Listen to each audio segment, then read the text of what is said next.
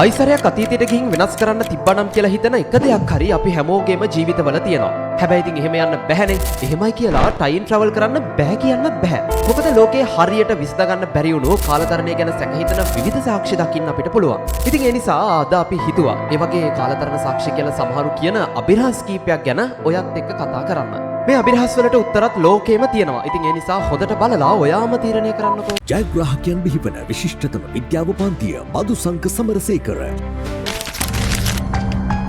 මීට අවුරුදු 165කට කලින් ඇඳපු චිත්‍රයකින් මේක අපි පටන් ගමු. 1860 දී ඇඳපු මේ සිතුවමේ කාන්තාවක් මොකක් කර දිහා බලන් නැවිදෙන විදිහ ඇඳලා තියෙනවා. පොඩ්ඩක් ඉන්න. ඔයත් හිතන්නේ මම හිතන දේ. ජර්මනියේ කෞතුකාගාරයක තියෙන ෆර්ඩිනන්ඩ් ජෝර්ජ් වෝඩ්ම ඇඳපු The Expected One කියන මේ සිතුවම දැකපු ගමන් හැමෝටම ආවේ මේ ප්‍රශ්නේ තමයි. 1860 ගෑනු ළමයිගේ අතට ෆෝන් එකක් අපි කොහොමද? මේ පාස්පෝර්ට් එක බලන්න ටිකක්.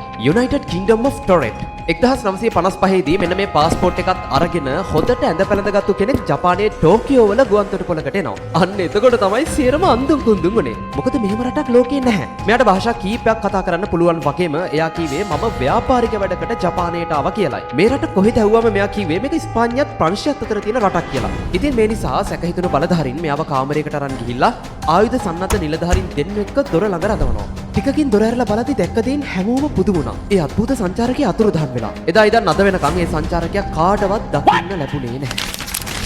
1962 පාපාදුලෝක කුසලානේ ජයග්‍රහණ හිමි වුණේ බ්‍රසීල කණ්ඩායමට. දැන් මේක නෙමෙයි මෙතන කතාව. බ්‍රසීල නායක මයුරෝ විසින් කුසලානේ උස්සන් ඉන්න අවස්ථාවේදී කෙනෙක් ෆ්ලිප් ෆෝන් එකක් උස්සන් ඉන්න විදිය දකින්න පුළුවන්. මේ 1962. හැබැයි ෆ්ලිප් ෆෝන් වෙළඳපළට එන්නේ 1996 දී. මෙයා මේක අල්ලන් ඉන්නේ එක අතකින්. ඒ නිසා මේක බොක්ස් කැමරාවකුත් නෙවෙයි. එහෙනම් මේ කාලයාත්‍රිකයෙක්වත් ඔයාලට තේන්නේ මේක ලැප්ටොප් එකක් වගේද?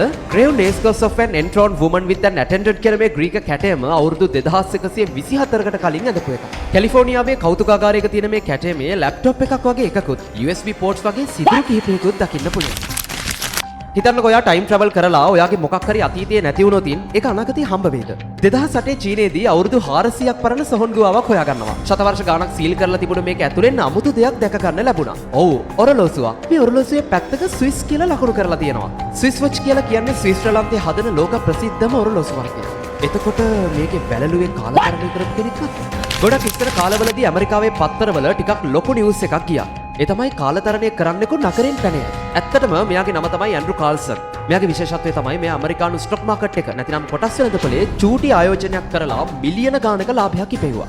ඉතින් මේ නිසා ඇමරිකානු රජය මෙයා ගැන හොරෙන් හොයන්න පටන් ගත්තා. ඒ දන්නවද මෙයා කවුද කොහෙන් ආවද කියලා ඇමරිකාවේ වාර්තාවල තිබුණේ නැහැ. ඔන්න ඔහම වෙද්දී මෙයා හදිස්සියෙම අතුරුදහන් වෙලා තිබුණා. ඉතින් කට්ටිය නම් කියන්නේ මෙයා අනාගතයට ගිහින් බලලැවිත් ආපහු සැරයක් අතීතයේ සල්ලි ආයෝජනය කළා කියලා. ඉතින් මොකද හිතන්නේ? මේවා අභිරහස්ත නැතිනම් අපි හිතාගත්තු විකාර විතරද? ඒක අපිට දැනගන්න ඕනේ. ඉතින් ඒ නිසා ඔයාගේ අදහස කමෙන්ට් සෙක්ෂන් එකේ කියන්න. පේජ් channel follow කරලා සෙට් වෙන ගමන් වීඩියෝ එක ෂෙයා කරන්න.